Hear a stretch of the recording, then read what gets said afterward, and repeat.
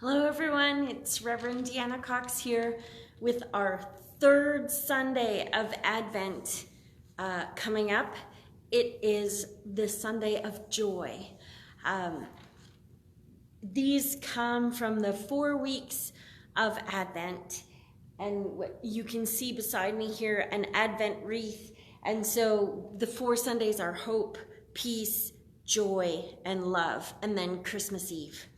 And joy is the pink candle, the one that stands out.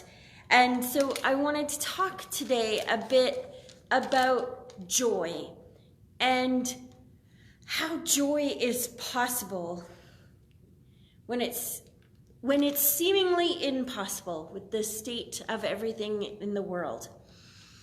I remember very distinctly way back when I was first starting my journey into ministry, and so many people, their first question to me was, why would you go into ministry?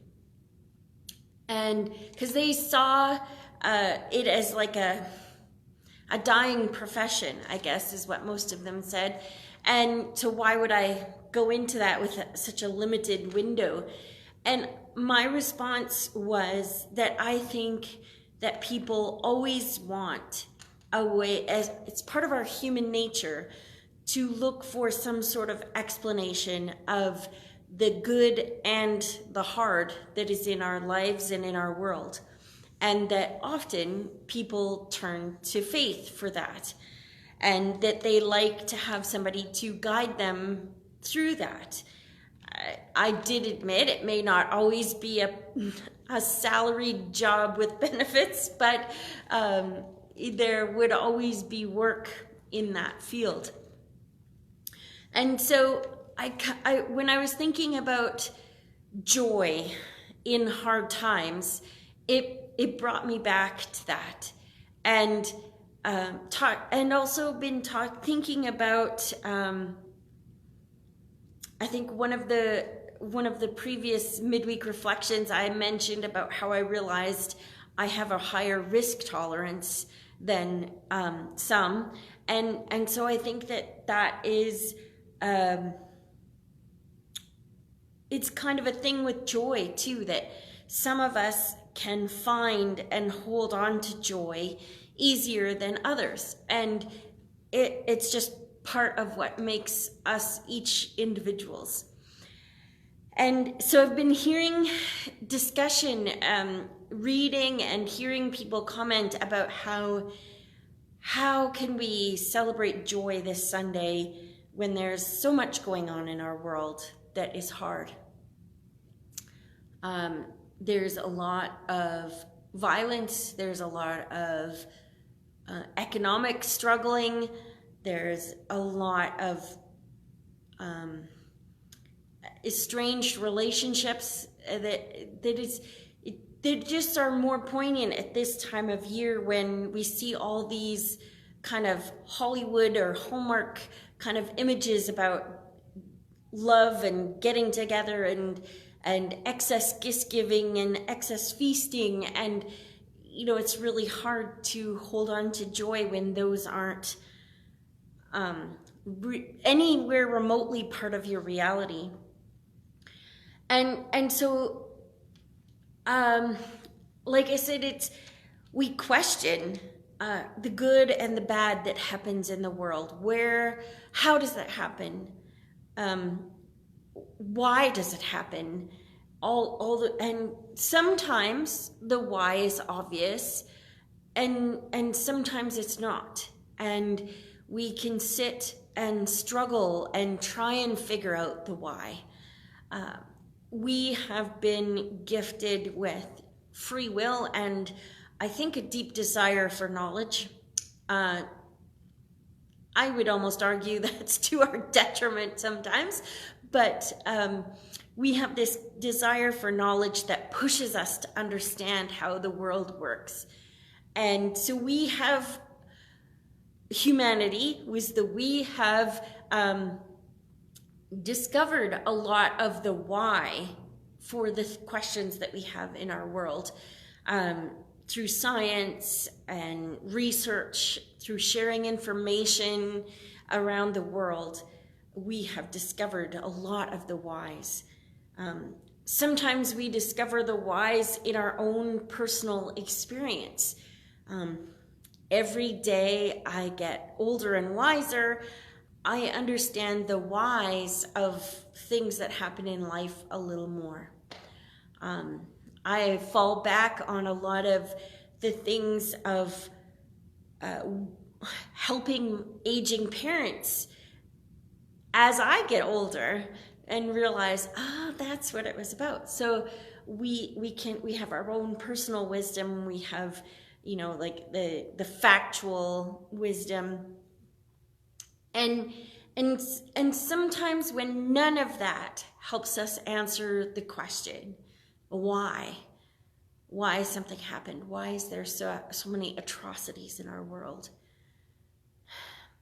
sometimes we turn to our faith, and trust that there is something, some reason, some grander wisdom at work that we maybe just can't fathom or see at the moment.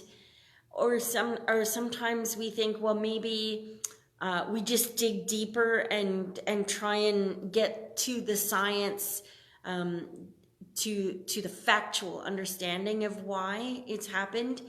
And sometimes it's just too big of a question, and maybe I don't really want to say shut down, but we just kind of shrug our shoulders and step away from it, because for whatever reason we just can't expend any more energy on it at that time.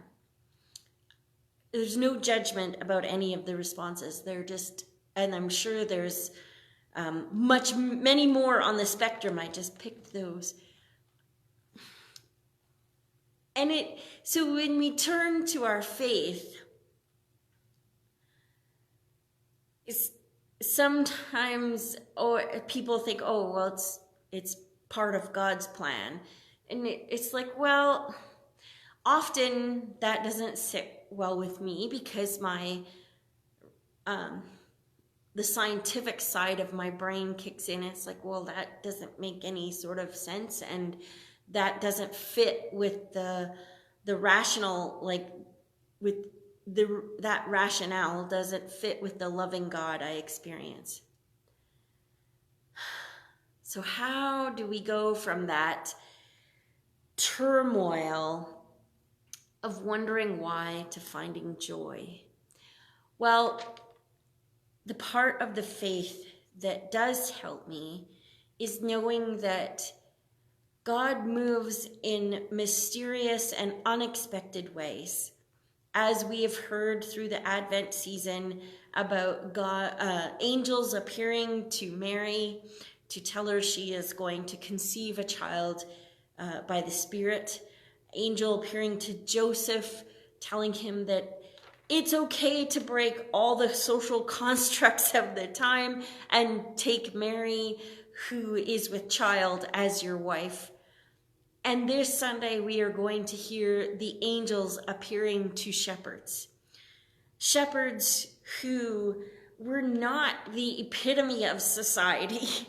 They were often kind of the derelicts. They were out in the fields. They were kind of rough and tumble and probably smelly, because they worked long hours and out in the field, not a lot of showers, and they slept with the sheep to keep warm. And so we have all these unexpected appearances of God breaking into a world where people least expected joy to appear. And every time their message is, do not be afraid.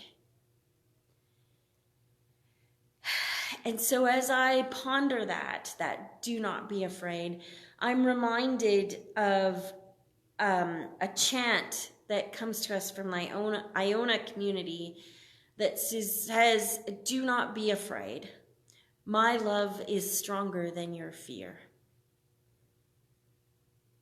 And that, I think, is where we find joy. When we focus on the love that is stronger than fear, love that is stronger than any sort of violence or marginalization that us humans can inflict upon each other. When we can hold our sights on that love that is greater than anything we can even imagine, then we will find joy. And so, friends, I hope for you that this Christmas you will focus on the love that is stronger than anything, and that the greatest joy will find you. Take care, everyone. God bless. Bye.